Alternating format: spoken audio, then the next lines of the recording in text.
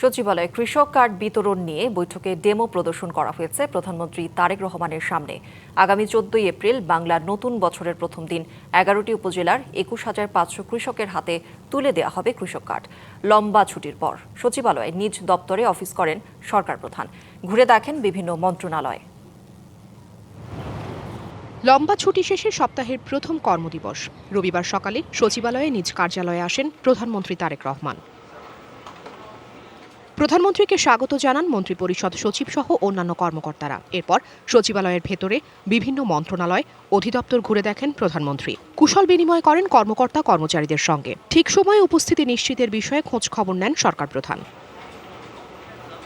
পরিদর্শন করেন বিদ্যুৎ ও জ্বালানি মন্ত্রণালয়, সমাজ কল্যাণ মন্ত্রণালয় এবং শিক্ষা মন্ত্রণালয়। পরে পরিদর্শনে যান ৫ নম্বর ভবনের গণপূর্ত মন্ত্রণালয়ে। সেখানে কর্মকর্তাদের কক্ষে গিয়ে খোঁজ খবর নেন প্রধানমন্ত্রী তারেক রহমান। এরপর মন্ত্রিপরিষদ বিভাগে নিজ কার্যালয়ে প্রবেশ করেন তিনি। সেখানে কৃষক কার্ডের ডেমো পরিদর্শন বৈঠকে অংশ নেন।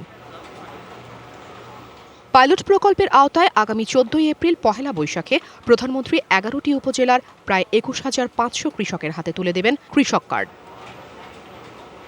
Afrin Anwar, DBC news, Dhaka. নগদ নিয়ে এলো হার না মানা হার অফার। সর্বনিম্ন 10,000 টাকা রেমিটেন্স নগদে পাঠালে থাকছে স্বর্ণের হার জেতার সুযোগ।